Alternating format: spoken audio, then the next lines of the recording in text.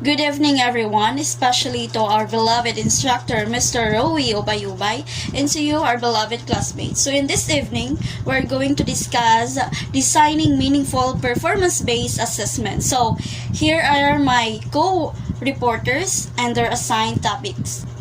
There are steps in developing a meaningful performance-based assessments, both process and product. So each reporter have their assigned topics to discuss. So I will be discussing about defining the purpose of assessment. Margin Q. Samito and Mr. Clarin Ilmer will be assigned to discuss the performance task and also the developing scoring scheme, which is the rubric as assessment tool and the type of rubrics. And also Mr. Delante Alfred, he will be going to discuss developing scoring scheme, which is rubric development and relating the performance. So before we formally start our discussion, let's have first our overview about this topic and also the chapter intended learning outcomes. So the overview is, as we learn the nature of performance-based assessment, its characteristics, types, advantage and limitation, the next step is to design it aligned to the learning goals. So focusing on the knowledge and skills targeted, you will need to think of the some tasks which must be performed authentically, clearly, comprehensive, planning and designing of the performance-based assessments be taken into consideration. So, the chapter intended learning outcome is, at the end of the chapter, students should be able to develop a portfolio of performance-based assessment tools that measures learners' competencies given subjects. So what is designing meaningful performance-based assessment? So it means that designing performance assessments, it entails critical processes which start from the task that the teacher wants to assess. A well-designed performance assessment helps the students to see the connections between the knowledge, the skills, and the abilities they have learned from the classroom, including the experience, which helps them to construct their own meaning of knowledge. So which means that performance-based assessments, it is about the knowledge, the skills, and the abilities that have learned the students in the classroom. So it seems like it is a student-learner centered. So the students will learn about those tasks that the teacher is given. So the students will explore their interests, their own experience, their own ideas, their own information about the given task. So that students will be able to improve and enhance their knowledge and abilities about this criteria. So as a teacher, the following steps will guide you in developing a meaningful performance assessments, both process and product, that will match to the desired learning outcome. So first is defining the purpose of assessment. Second is identifying performance tasks. Third, developing scoring schemes. And last one, relating the performance tasks. So the first step in designing performance-based assessments is to define the purpose of assessment. Defining the purpose and target of assessment provides information on what students need to perform on a task given. By identifying the purpose, teachers are able to easily identify the weakness and strengths of the students' performance. Purpose must be specified at the beginning of the process so that the proper kinds of performance criteria and scoring procedures can be established. Basic question which teachers ask in determining possible learning competencies to be considered are listed below. So these are the 5 questions to consider in defining the competencies. So you can watch the examples as you can see in the screen. So these are the 5 questions.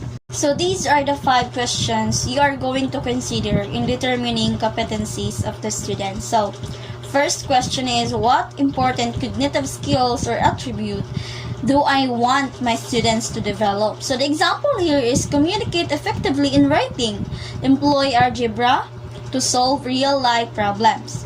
Second question is, what social and effective skills or attributes do I want my students to develop? So as a teacher, what social and effective that you want your students to develop? So the example here is work independently, appreciate individual differences. So as the teacher, you are able to appreciate the individual differences because in the classroom there are diversity of your learners. So the third question is, what metacognitive skills do I want my students to develop?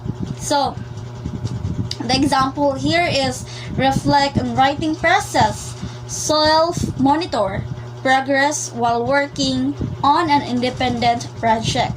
The fourth question is, what types of problems do I want my students be able to solve? So as a teacher, you're going to ask or give a problem that your students will be able to solve that. So the example here is perform research, predict consequences. So in performing research, we all know that in performing this research, we're going to have to gather the problems and then we're going to find the solutions in that problem. The fifth question is, what concepts and principles do I want my students to be able to apply? So in a teacher, what those principles that you're going to give the students to be applied? So the example here is understand cause and effect relationship. Of course, it is normal, and also use principle of ecology and conservation. So these 5 questions and 5 examples are things to consider in determining the competencies of your students. It is important because in defining the purpose of assessment, dapat nakabalo ka kung unsang imong target sa pag-assess nimo sa imong mga estudyante in the end of the class. So why it is important to define the purpose of assessment? So as a teacher, it is important so that a teacher will be able to define or to identify what's the strengths and weaknesses of the student. So in order for that, we also able to identify if the skills, the knowledge, and the abilities of the students in the end of the performance will be developed or enhanced. Basically, the teacher should select those learning targets which can be assessed by performance tasks which fits to the plan along with assessment techniques to be utilized in measuring other complex skills and performances. There are 4 types of learning targets used in performance assessment. First is deep understanding, second is reasoning, third is the skills, and fourth is the product. So, in defining the purpose of assessments, learning target must be carefully identified and taken into consideration. Performance assessments primarily use 4 types of learning targets, which are deep understanding, reasoning, skills, and products. First, let's know about deep understanding. So, the essence of performance assessments includes development of the students' deep understanding. The idea is to involve students meaningfully in hands-on activities for extended periods of time so that their understanding is rich and more extensive than that what can be attained by more conventional instruction and traditional paper and pencil assessment. This also focuses on the use of the knowledge and the skills of the students. So which means that in deep understanding, it is important that the students will be developed the deep understanding. So, dapat sa usa ka given nga task, dili lang literal ang pagsabot sa usa ka estudyante. Dapat kan ma-develop niya ang deep understanding, which is makuha niya ang unod, ang dulot sa target sa usa ka performance task or gihatag nga lesson sa teacher. So in that way, you will be able to identify if the students develop or apply the knowledge.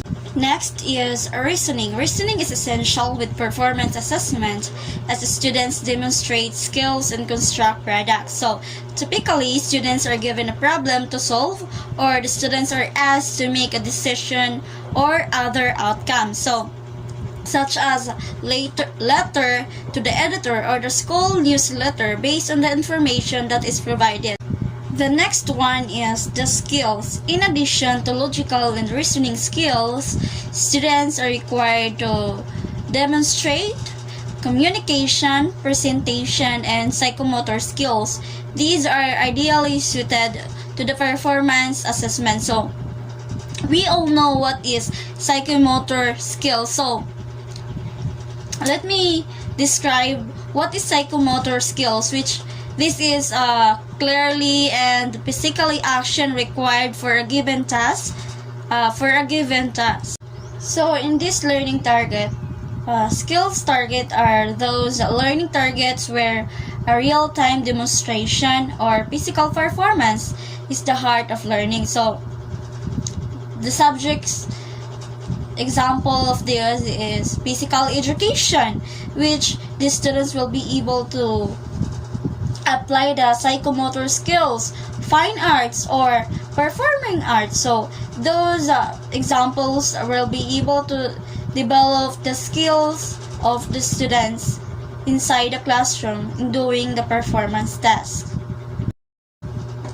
So generally, deep understanding and reasoning involve in deep complex thinking about what is known and application of knowledge, skills in novel and more sophisticated ways. So skills include students' proficiency in reasoning, communication, and psychomotor tasks.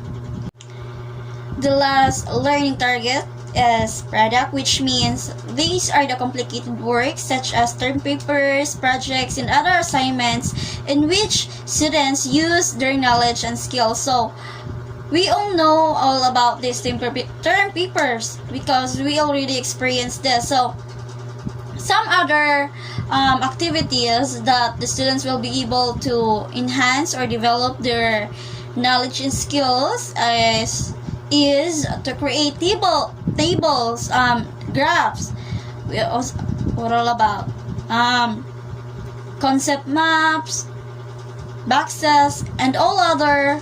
Those are examples of the products of the students that will be able to develop after the class. So the specification for quality of the product are the focus of teaching and assessment. So the product itself is learning target as well as to measure the knowledge and reasoning proficiencies of the students. So let's discuss the process and product-oriented performance-based assessment. So in defining the purpose of assessment, the teacher should identify whether students will have to demonstrate a process or a product. So if the learning outcomes deals on the procedure, which you could specify, then it focuses on the process assessment. In assessing the process, it is essential also that assessment should be done while the students are performing the procedures or the steps. So, learning targets which require students to demonstrate process include the procedures or the proper handling or manipulating of microscope or steps to be done when in earthquake drill or mathematical operation, reciting a poem, and constructing a table of specification are other examples of these targets. So we have here an example in English grade 7. So the content standard is the students demonstrate oral language proficiency and fluency in various social contexts. The performance standard is the learner proficiency renders rhetorical pieces. The task is oral production. The teacher may use dialogues or passages from other written or similar text. And then this is the specific competencies. Number 1 is observe the right syllable at stress pattern in different categories. Number 2, observe the use of the rising and falling intonation, raising intonation, and combination of both intonation patterns and utterances. Third is demonstrate how prosodic patterns affect understanding of the messages. Next one, we have an example and also Filipino in grade 7. So, the content standard is pag-unawa ng napakinggan, and also the performance standard is naipamalas na mga mag-aaral ang pag-unawa sa paksa ng akdang napakinggan. And the task is ang mga mag-aaral ay nakasulat ng talata na may kaugnayan sa paksa ng akdang nakipakinggan. So, the specific competencies or the kakayahan is number 1, nakapagpabahagi ng mga nasaliksik na impormasyon. Pangalawa, number 2, nakapag-uugnay ng mga nasalsaliksik na impormasyon sa paksa ng akdang napakinggan. Third, natutukoy ang ilang akda o awitin na may pagkakatulad sa paksa ng akdang napakinggan. So, these are all examples of making the learning targets of the students, which gives the content standards, the performance standards, and also the task, and it will give the specific competencies of the students that will be able to develop and enhance after the class or the discussion. So that's all for the first step in developing a meaningful performance-based assessment, both process and product, which is defining the purpose of assessment. So I hope you learn, and I hope you gain your new knowledge and develop your skills in listening this discussion. So next will be Mr. Clarion will discuss about performance tasks and also developing scoring scheme, which is the rubric as assessment tool and the type of assessment. Thank you all and God bless.